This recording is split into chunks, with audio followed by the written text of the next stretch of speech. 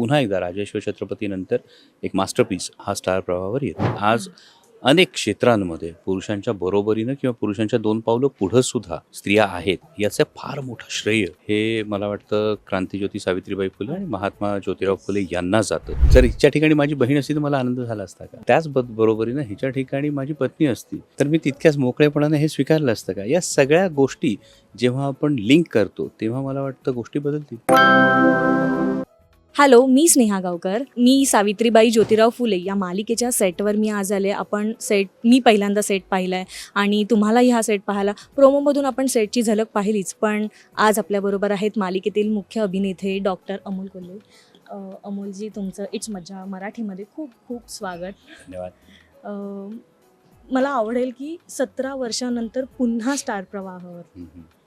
आता मी एक स्त्री असती तर म्हणाली माहेरी परतली आहे, पण मी असं म्हणू शकत नाही आहे. पण हा अनुभव कसा आहे? नाही, हा नक्कीच आनंद देणारा अनुभव आहे. कारण जी सुरुवात होती किंवा जे पहिलं यश होतं, एक मोठं यश काय असतं ही ओळख खरं तर स्टार प्रवाहाने, मी काय म्हणतो की यशाची ओळख स्टार प्रवाहाने करून दिली. आणि त्या अनुषंगानं जवळपास 17 वर्षानंतर पुन्हा स्टार प्रवाहाबरोबर असोसिएट होणं हे खूप आनंदाचं गोष्ट आहे. आणि त्याही पलीकडे जाऊन मी स्टार प्रवाहाचा मनापासून आभारी यासाठी आहे की इतक्या महत्त्वाच्या आणि इतक्या मोठ्या विषयाला गवसणी घालण्याची संधी ही स्टार प्रवाहाने दिली. कारण क्रांतिज्योती सावित्रीबाई फुलेंविषयी मालिका येणं आणि ती मालिका करत असताना भक्कमपणे पाठिंबा देणं या गोष्टी फार गरजेच्या होत्या. आज जेव्हा तुम्ही सेट पाहता तर अनेक वर्षांनंतर तुम्हाला मराठी मालिकेचा एवढा भव्य सेट बघायला मिळतो किंवा ज्या पद्धतीचं कास्टिंग हे चॅनल अलाव करतं आहे त्यामध्ये सुद्धा एक भक्कम पाठिंबा असणं हे सुद्धा तितकंच गरजेचं होतं. आणि या सगळ्या गोष्टी स्टार प्रवाहाने अगदी मोकळ्या हाताने ज्याला म्हणतो आपण किंवा खुल्या दिलानं या गोष्टी करण्यासाठी पाठबळ जे दिलं त्यासाठी मी स्टार प्रवाहाचा मनापासून ऋणी आहे. आणि पुन्हा एकदा राजेश्वर छत्रपतीनंतर एक मास्टरपीस हा स्टार प्रवाहावर येतो.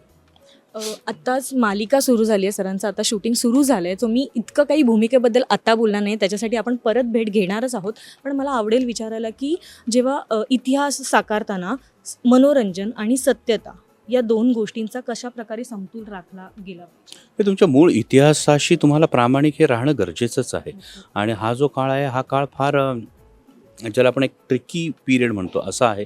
साधारणतः 1840 ते हा काळ सुरू होतो. यात अनेक स्थित्यंतर त्या काळात झाली होती. त्यामुळे त्याचा धांडोळा घेत असताना त्यावेळी ज्या ज्या घटना घडल्या त्या घटनांची कारणमीमांसा करत असताना आणि पुन्हा हे सगळं अगदी सोप्या मनोरंजक पद्धतीत मांडणं त्यामुळे त्यासाठी फार बेसिक तत्व आहे आणि ते म्हणजे इतिहासाशी प्रामाणिक राहणं. येस, मला आजही असं वाटतं की आजची जी स्त्री आहे किंवा जगात ज्या स्त्रिया आहेत त्या आजही शिक्षणापासून वंचित आहेत किंवा दूर आहेत. सो ही मालिका जी आहे ती या वास्तवावर काय प्रकाश टाकणार? नाही, हा एक टप्पा आहे.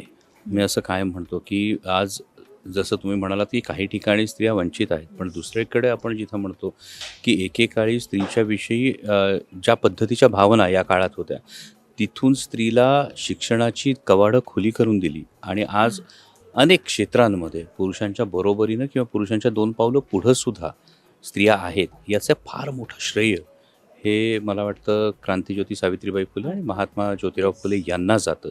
नाहीतर फक्त रांधा वाढा उष्टी काढा आणि चूल आणि मूल याच्या पलीकडं स्त्रियांना नेऊन तिच्यासाठी कर्तृत्वाचा आकाश उघडून देणं ही फार महत्त्वाची गोष्ट आहे. आणि यातल्या अनेक व्हॅल्यूज या तुम्हाला मालिकेत येणाऱ्या टप्प्यांमध्ये या नक्कीच तुम्हाला बघायला मिळतील.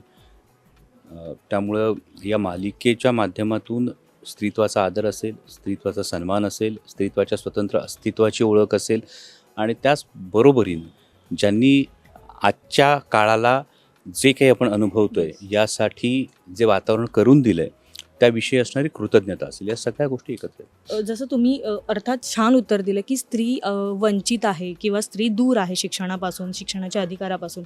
पण यावर जेव्हा तरुण पिढी बोलते, तरुण पिढीला बोलायला संधी मिळते, तेव्हा ती खरा मनापासून बोलत असते की हा ट्रेंड फॉलो करते. काय सांगायला? नाही, मला असं वाटतं स्त्री आज वंचित आहे शिक्षणापासून. तर अगदी काही ठिकाणी खूप कमी हे प्रमाण राहिलेलं आहे.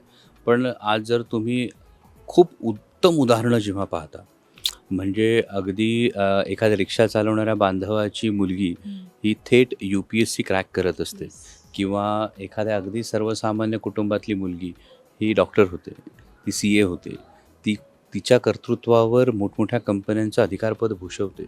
मला वाटतं या प्रेरणा फार इंटरेस्टिंग आहेत आणि मग जेव्हा त्यांच्याविषयी बोललं जातं तेव्हा ही गोष्ट घरातून येणं तितकंच गरजेचं असतं की जेव्हा प्रत्येक स्त्री ही जर हिच्या ठिकाणी माझी बहीण असती तर मला आनंद झाला असता का, हिच्या ठिकाणी माझी आई असती तर मला आनंद झाला असता का, त्याच बरोबरीनं हिच्या ठिकाणी माझी पत्नी असती तर मी तितक्याच मोकळेपणाने हे स्वीकारलं असतं का. या सगळ्या गोष्टी जेव्हा आपण लिंक करतो तेव्हा मला वाटतं गोष्टी बदलतील. आता एक जाता जाता एक प्रश्न विचारते की कलाक्षेत्र आम्हाला माहिती आहेत, अमोल सर आधीपासून आम्हाला अमोल सरांना आम्ही पाहिलं आहे लहानपणापासून स्क्रीनवर, पण राजकीय क्षेत्रातही तितकाच तुमचा वावर आहे. सो हे दोन्ही जी क्षेत्र आहेत ती क्षेत्र सांभाळताना होणारी तारंबळ ऐकायला आवडेल. स्विच ऑन स्विच ऑफ हे करावं लागतं तुम्हाला, कारण दोन्ही क्षेत्रांच्या ज्या आवश्यकता आहेत, ज्या रिक्वायरमेंट्स आहेत त्या वेगवेगळ्या आहेत. पण यामध्ये माझ्या संपूर्ण टीमचं योगदान हे फार मोठं आहे. म्हणजे डॉक्टर घनश्याम राव असेल, कार्तिक केंडे असतील, नितीन कुलकर्णी आहेत, सचिन गद्रे आहेत, लतिका सावंत, या सगळ्या टीमबरोबर आता मी अनेक वर्ष काम करतो आहे आणि त्यामुळे ही चॅलेंजेस त्यांनासुद्धा तितकीच माहीत असतात आणि they are always on their toes आणि ही इतकी केपेबल टीमसोबत आहे म्हणून मला वाटतं ही खूप टाईम डिमांडिंग असणारी दोन क्षेत्रसुद्धा हँडल करू शकतो. येस. आता काही प्रश्न आहेत, क्विक आहेत, त्याच्यानंतर आपण इंटरव्ह्यू संपवतो. एका शब्दात उत्तर द्यायचं आहे. शिक्षण, हक्क की संधी? हक्काची संधी आहे. आजची स्त्री स्वतंत्र की अजूनही बंधना? मान्यवर आहे. क्रांती विचारातून होते की कृतीतून? जेव्हा विचाराला कृतीची जोड मिळते. सावित्रीबाई इतिहास की प्रेरणा? ती ऐतिहासिक प्रेरणा आहे. ही भूमिका जबाबदारी की सन्मान? करायला मिळणं हा सन्मान आहे आणि ती निभावणं ही जबाबदारी आहे. एका शब्दात सावित्रीबाई? स्त्रीत्वाचं अवकाश उजळून टाकणारा दीप. हा प्रवास बदल घडवणारा आहे की आव्हानात्मक? आव्हानात्मक प्रवास असला तरच तो बदल घडवतो. ओके. एक शिकवण जी त्यांच्याकडून आपण समर्पण, त्याग आणि आपल्या विचारांशी प्रतिकूल परिस्थितीतसुद्धा त्या विचारांवर ठाम राहणं हे शिकवण त्यांच्याकडून शिकतं. येस. सरांनी एकही उत्तर हे नाही दिलं, मला एक नाही निवडलं, त्यांना प्रत्येक जोड करून त्यांनी उत्तर दिलेलं आहे. सर खूप खूप धन्यवाद. काय सांगाल जाता जाता प्रेक्षकांना नक्की सांगेल की मी सावित्रीबाई ज्योतिराव फुले ही मालिका 5 जानेवारीपासून संध्याकाळी 7:30 वाजता आपली आवडती वाहिनी स्टार प्रवाहावर सुरू आहे. आवर्जून ही मालिका बघा, कारण ही मालिका म्हणजे तुमच्या लेकीचा सन्मान आहे, तुमच्या बहिणीचा सन्मान आहे, तुमच्या आईचा सन्मान आहे, तुमच्या पत्नीचा सन्मान आहे आणि त्यामुळे आवर्जून ही मालिका बघा, एवढीच माझी विनंती. मराठी मनोरंजन सृष्टीमधील मालिका, चित्रपट, नाटक तसेच कलाकारांबद्दलच्या नवीन अपडेट्स जाणून घेण्यासाठी नक्की सबस्क्राईब करा इट्स मज्जा मराठी या आपल्या नवीन यूट्यूब चॅनलला.